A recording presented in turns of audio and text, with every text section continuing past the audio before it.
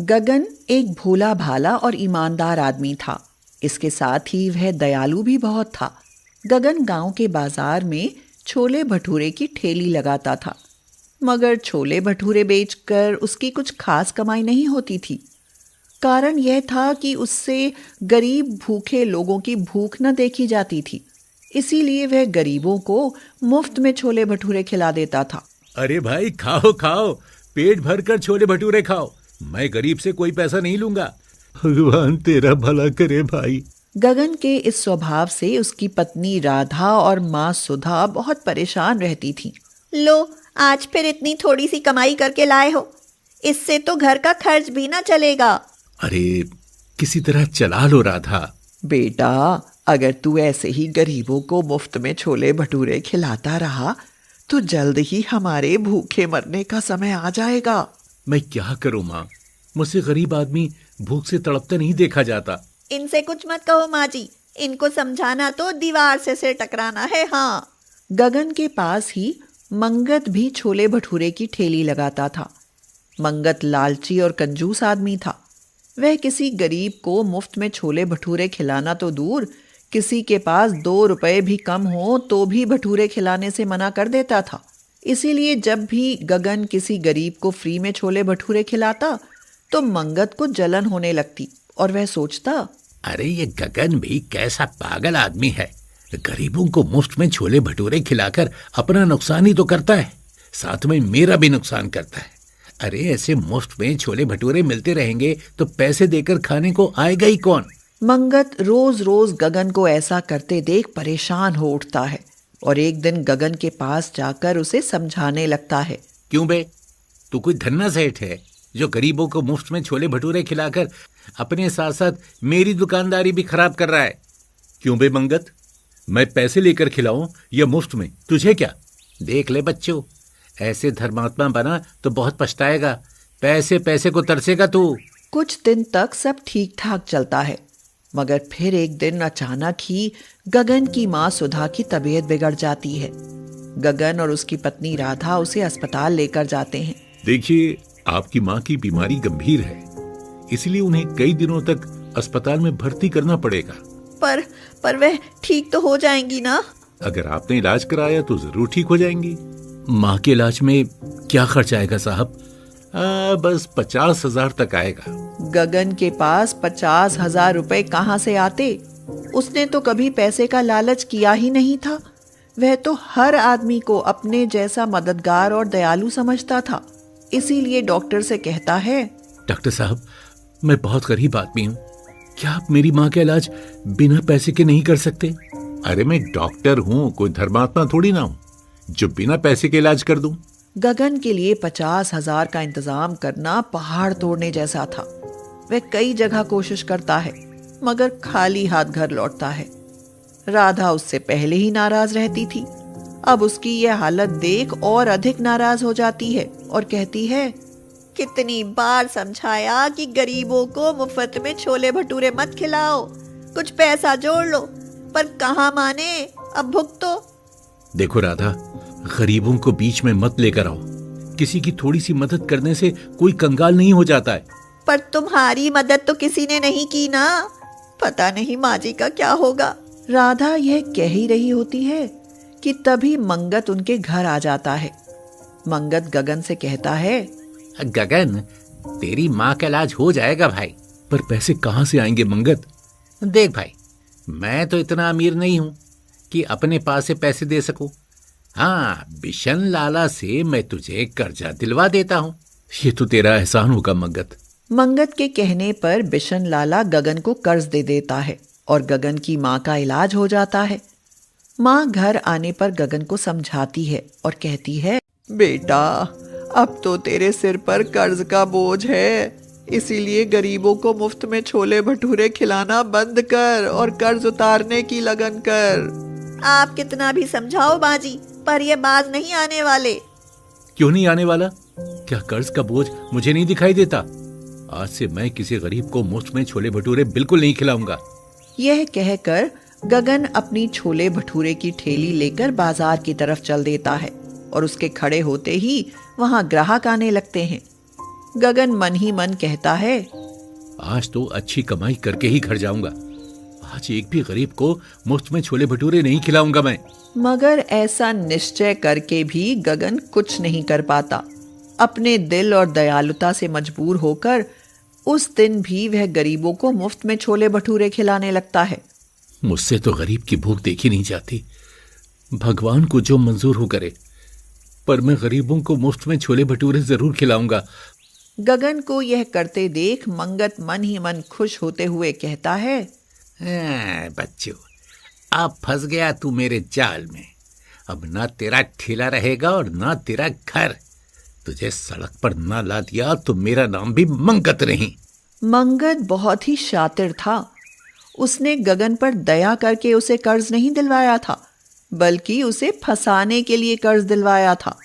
मंगत उसी समय बिशन लाला के पास जाता है और उनसे कहता है, लाला, उस गगन को बर्बाद करने का समय आ गया है। तो ठीक है मंगत, आज ही काम बांध देता हूं उस पगले का। अब देखता हूं गरीबों को मुफ्त के छोले भटूरे कैसे खिलाएगा। अगले ही दिन बिशन लाला अपने आदमियों के साथ गगन के ठेले पर आ धमकता है और कहता है, सुन बे गगन, सुना है तू यहाँ गरीबों को मुफ्त में छोले भटूरे खिलाता है। क्या करूं सेठ, मुझसे गरीबों की भूख देखी नहीं जाती। ये तो बड़ी अच्छी बात है, पर आज से जब तक मेरा कर्ज चुकता ना हो ये सब बंद कर दे, वरना मुझसे बुरा कोई ना होगा। बिशन लाला यह कहकर चला जाता है, मगर उसके चिताने के बाद भी गगन गरीबों को मुफ्त में छोले भटूरे खिलाना नहीं छोड़ता। इसीलिए लाला को उस पर बहुत गुस्सा आता है और वो कहता है, सुन बे, तुझे 1 हफ्ते की मोहलत देता हूं। 1 हफ्ते में पूरा कर्जा नहीं लौटाया तो भरी पंचायत में तुझे 5 जूते लगाऊंगा और तेरे घर और इस ठेली पर कब्जा कर लूंगा, समझा? यह सुनकर तो गगन पर संकट का पहाड़ ही टूट पड़ता है, मगर मंगत और बिशन लाला बहुत खुश होते हैं। क्यों बे मंगत, अब तो खुश है ना? बहुत खुश हूं लाला। आपकी मेहरबानी से गगन तो अब छोले भटूरे बेचना भूल ही जाएगा। धीरे धीरे कई दिन बीत जाते हैं और गगन को कहीं से कोई पैसा नहीं मिलता। कर्ज चुकाने की चिंता उसे बेचैन करने लगती है। एक दिन वह छोले भटूरे की ठेली लेकर बाजार की तरफ चलता है तो तालाब के किनारे एक बूढ़ा और बुढ़िया मिलते हैं। बूढ़ा गगन को रोककर कहता है, बेटा, हम कई दिनों से भूखे हैं। भूख से प्राण निकले जा रहे हैं, छोले भटूरे खिला दो बेटा। नहीं नहीं, मैं मुफ्त में छोले भटूरे नहीं खिला सकता। अरे मुफ्त कौन खा रहा है बेटा, ये थैली देखो, इसमें काले कंकड़ हैं। हमारे पास तो बस यही हैं। बेटा, इन्हें रख लो, भगवान ने चाहा तो तेरा भाग्य खुल जाएगा। उनके बार बार खुशामद करने पर गगन वह थैली लेकर ठेली में रख लेता है और उन्हें छोले भटूरे खिलाकर आगे निकल जाता है। फिर शाम को घर वापस आता है तो सुधा और राधा को चिंतित पाता है। बेटा, लाला आया था, हमारी बहुत बेइज्जती करके गया है। मुझे पता है कि आपसे पैसों का इंतजाम ना होगा। अब देखना कल तुम्हारी बेइज्जती कैसे करेगा वो। यह कहकर राधा तो रोने लगती है, मगर तभी सुधा को ठेली से कुछ रोशनी सी निकलती दिखाई देती है। वह हैरान होकर कहती है, अरे यह क्या चमक रहा है तेरी ठेली में? अभी देखता हूं माँ। यह कहकर गगन ठेली पर रखी काले कंकड़ों से भरी थैली खोलकर देखता है तो हैरान ही रह जाता है और कहता है, अरे हीरे, ये कंकड़ हीरे कैसे बन गए? अरे ये तो सचमुच के हीरे हैं। ये तू कहाँ से लाया रे गगन? सुधा के यह पूछने पर गगन उसे सारी सच्चाई बता देता है तो सुधा भावुक होकर कहती है, बेटा माफ करना, तुझे हमने गलत समझा। भगवान से तुझे यह तेरी दयालुता का ही फल मिला है। आज के बाद आप गरीबों को खूब खिलाना पिलाना, हम कुछ नहीं बोलेंगे। इस तरह गगन को उसकी दयालुता का फल मिल जाता है और वह एक हीरा बेचकर लाला का कर्ज चुका देता है और उस दिन के बाद गरीबों की तन मन से मदद करने लगता है। कुमुद और लता दोनों की शादी को 1 साल बीत चुका था। अब तक दोनों देवरानी जेठानी का तालमेल बहुत अच्छे से चल रहा था। उनकी सास सुप्रिया बड़ी खुश थी। एक दिन सुप्रिया बोली, बड़े मोती दान किए होंगे मैंने जो मुझे ऐसी बहुएं मिली, वरना आजकल की बहुएं तो एक दूसरे को एक आंख नहीं देख सकती। उनका बड़ा बेटा आलोक एक प्राइवेट कंपनी में नौकरी करता था और छोटा बेटा सुबोध सरकारी नौकरी करता था। 1 तारीख को आलोक की तनख्वाह मिलती थी और कुमुद सारे पैसे ले जाकर लता के हाथ में थमा देती। लो लता, तुम्हारे जेठ जी की इस महीने की तनख्वाह। ये क्या दीदी, आप हर महीने सारे पैसे मुझे थमा देती हो? इसलिए कि तुम मुझसे ज़्यादा पढ़ी लिखी हो। तुम्हें हिसाब किताब अच्छे से आता है, इसलिए घर की अर्थव्यवस्था तो तुम ही संभालो। ठीक है दीदी, जब आप मुझे इतना मान देती हो तो मैं कैसे मना कर सकती हूँ। कुछ दिनों बाद आलोक की नौकरी छूट गई। आलोक परेशान रहने लगा। सुप्रिया ने कहा, इतनी चिंता मत करो आलोक, सब ठीक हो जाएगा। वो बात तो ठीक है माँ, लेकिन अब सारा वजन छोटे के कंधों पर आ जाएगा। तो क्या हुआ, भाई है तुम्हारा। मुसीबत के समय भाई भाई के काम नहीं आएगा तो कौन आएगा। 1 महीना बीत गया, लेकिन आलोक को कहीं काम नहीं मिला। अब लता का स्वभाव बदलने लगा था। लता, आज तबीयत खराब महसूस हो रही है, बुखार लग रहा है।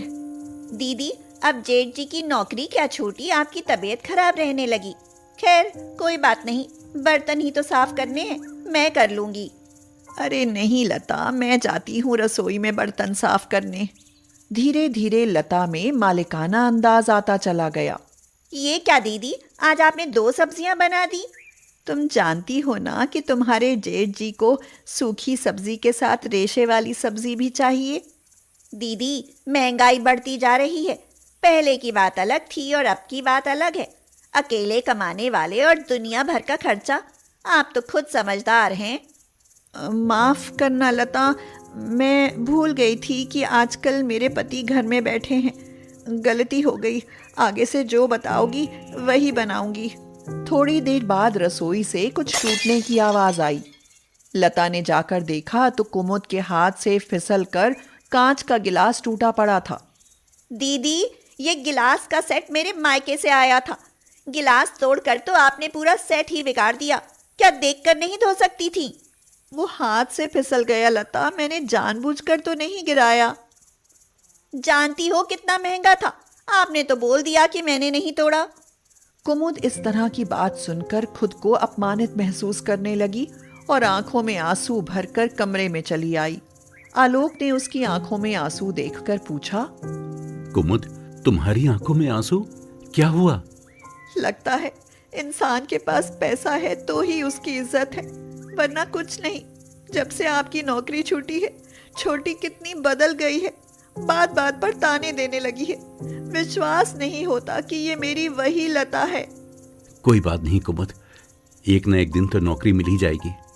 और तुम बड़ी हो तो उसे बच्ची समझकर माफ कर दिया करो। हाँ, यही सोचकर चुप रह जाती हूँ। एक दिन सुप्रिया बोली, लता, आज कुमुद की तबीयत खराब है। मैंने देखा उसे बहुत खांसी हो रही है और बुखार भी है। ऐसी हालत में वो काम कर रही है। आज उसे आराम करने दो, काम तुम कर लो। अरे बीमार हैं तो मैं क्या करूं? उनके झूठे बर्तन, गंदे कपड़े मैं क्यों धोऊं? और रही बात खाना बनाने की, तो वो लोग भी तो खाते हैं। अगर काम नहीं करना तो बेशक अलग हो जाएं। हाँ, अब हम उनका खर्चा नहीं झेल सकते। ये क्या कह रही हो बहू? अलग मतलब घर का बंटवारा? वो दिन तुम शायद भूल गई जब कुमुद तुम्हारे हाथ में आलोक की सारी तनख्वाह रख देती थी। तो क्या हम पर एहसान करती थी? हमसे ज्यादा उनके खर्चे हैं। माँ, लता सही कह रही है। इस रोज रोज के झगड़ों से तो अच्छा है बंटवारा हो जाए। कुमुद उन लोगों की बातें सुनकर रो पड़ी और बोली, मैं नहीं जानती थी कि लता तुम हमारे बारे में ऐसी सोच रखती हो। अगर तुम बंटवारे में खुश हो तो ठीक है, कर लो बंटवारा। दोनों बहुओं के बीच उनके पति की सहमति से बंटवारा हो गया। लता ने कहा, दीदी, ये रसोई के बर्तन सब मेरे मायके से मिले हैं और ये फ्रिज, वॉशिंग मशीन भी। ये आंगन से एलसीडी भी हटाकर अपनी तरफ लगाना पड़ेगा। आप अब अपना देख लेना, ये सब मेरी तरफ रहेगा। अरे कुछ तो रहम खा लता, अभी उनके पास ये सब खरीदने के लिए पैसे नहीं हैं। माँ जी, कब तक इन लोगों की तरफदारी करती रहोगी? अगर आपको इन पर इतनी दया आ रही है तो आप भी उन्हीं के साथ रहो। सब सामान का बंटवारा हो गया, जिसमें सभी लता के हिस्से में आया, क्योंकि कुमुद का मायका गरीब था। उसे अपने मायके से ज्यादा कुछ नहीं मिला था। लेकिन आज उसे अफसोस हो रहा था कि काश वह आलोक की तनख्वाह से बचाकर कुछ पैसे अपने अच्छे बुरे समय के लिए बचाकर रखती। कुमुद का पूरा दिन रोते हुए गुजर गया, लेकिन लता बहुत खुश थी, क्योंकि अब ना ज्यादा काम था न खर्चा। बहू, कब तक रोती रहोगी? शाम हो गई है, आलोक आता होगा, कुछ खाने का इंतजाम करो। कैसे बनाऊं माँ जी? रसोई तो अब लता की है, गैस चूल्हे सब उसके हैं। हिम्मत मत हारो बहू, आज तुम गरीब हो कोई बात नहीं, लेकिन तुम दिल की बहुत अच्छी हो। भगवान सब देखता है, तुम्हारे दिन जरूर बदलेंगे। हाँ बहू, सुबोध और लता लालची हैं। अच्छा हुआ मेरी संपत्ति के बारे में मैंने कभी किसी को नहीं बताया, अब वह तुम्हारे काम आएगी। वो बातें कर ही रही थी कि आखिरी शब्द आलोक के कानों में पड़े और उसने पूछा, कौन सी संपत्ति माँ? मेरे पिताजी एक सरकारी मुलाजिम थे, मैं उनकी इकलौती बेटी थी। तुम्हारे पिताजी के गुजर जाने के बाद उन्होंने अपना रुपया, जमीन, जायदाद सब मेरे नाम कर दिया। तुम छोटे थे तभी उनका देहांत हो गया। मुझे लगता है अब उस संपत्ति को इस्तेमाल करने का समय आ गया है। मैं कल ही वो सब निकालती हूँ ताकि तुम अपना कोई बिजनेस शुरू कर सको। लेकिन माँ, ये छोटे के साथ अन्याय होगा। कोई अन्याय नहीं होगा। अगर उसे जरूरत पड़ी तो हम उसकी भी मदद जरूर करेंगे। कुछ दिनों बाद आलोक ने अपनी माँ के नाम से एक कंपनी शुरू की और उनका जीवन अच्छे से गुजरने लगा। एक दिन सुबह लता की जोर से रोने की आवाज आई। वो सब लोग जल्दी से सुबोध के कमरे की तरफ भागे तो देखा कि सुबोध की गर्दन ऐंठी हुई थी, उसके मुंह से झाग आ रही थी और उसका चेहरा तिरछा हो गया था। कुमुद, जल्दी से मेरा पर्स लाओ, सुबोध को हॉस्पिटल लेकर जाना होगा। हॉस्पिटल जाकर पता चला कि सुबोध पैरालाइज हो गया है। वह बोल तो सकेगा, लेकिन उसके शरीर के हिस्से पहले के जैसे काम नहीं कर पाएंगे। सुबोध, बिल्कुल भी चिंता मत करना, जब तक तुम्हारा भाई जिंदा है तुम्हें कुछ नहीं होने देगा वो। भैया, भाभी, माँ, मुझे माफ कर दो, ये सब मेरे कर्मों का फल है। आप खुद को दोष मत दो, गलती तो मेरी थी। अगर आज जेठ जी सही समय पर इन्हें अस्पताल नहीं लाते तो न जाने क्या होता। लता, तुमने घर का बंटवारा किया था, रिश्तों का नहीं। सुबोध आज भी आलोक के भाई और हमारे परिवार का हिस्सा है और तुम इस हिस्से का बंटवारा कभी नहीं कर पाओगी। दीदी, मुझे और शर्मिंदा मत करो, मुझे छोटी बहन समझकर माफ कर दो। मैं आज ही इस बंटवारे को खत्म कर दूंगी, बस सुबोध जल्दी से अच्छे हो जाएं। चलो, देर आए दुरुस्त आए। अब सब घर चलो और फिर से पहले की तरह मिलकर रहो। और फिर से वो लोग पहले की तरह रहने लगे। घर के माहौल और अच्छे इलाज से सुबोध भी ठीक होने लगा। अब उस घर में कभी बंटवारे की बातें नहीं होती थीं। अमीर गरीब बहू का बंटवारा फिर से एक प्यार भरे बंधन में बंध चुका था।